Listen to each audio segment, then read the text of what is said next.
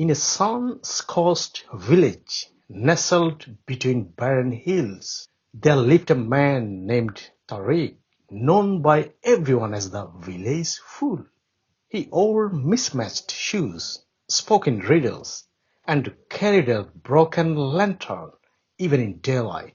Children laughed at him, elders shook their heads, traders ignored him, but Tariq never seemed to mind. He greeted everyone with a warm smile and a silly joke, going about his day with a joy few could understand. One day, a terrible drought hit the village. The wells dried up, the crops shriveled, the animals cried through the night. Panic began to set in. People argued, hoarded, and blamed one another. But Tariq, he simply sat by the old shrine at the edge of the village, lighting his candle every evening and talking to the stars. Why does he light a candle when there is a still sun? The villagers mocked. He has lost his mind, they whispered.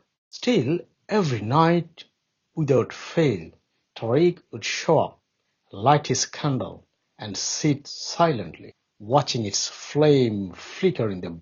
One evening, a young boy named Samir, too tried to sleep and too curious to ignore, followed Tariq. Why do you light a candle when we need water, not light? He asked. Tariq smiled and said, the candle doesn't bring water, but it reminds me not to curse the darkness. Samir blinked. What does that even mean? It means when things fall apart, don't wait around for someone else to fix them. Start with whatever you have, even if it's just a little light. The next day, Samir brought an old bucket and began to dig near a dried stream. Others laughed at him, but he kept at it. Then an old woman brought her shovel. Then two brothers brought wooden pans. Bit by bit, the villagers joined in. Within days, they found moisture, and soon water began to trickle again. The drought wasn't over, but hope had returned. People began to smile again. They shared what little they had. The village, once torn apart by fear, started to come back together. And every night, Tariq still lit his candle.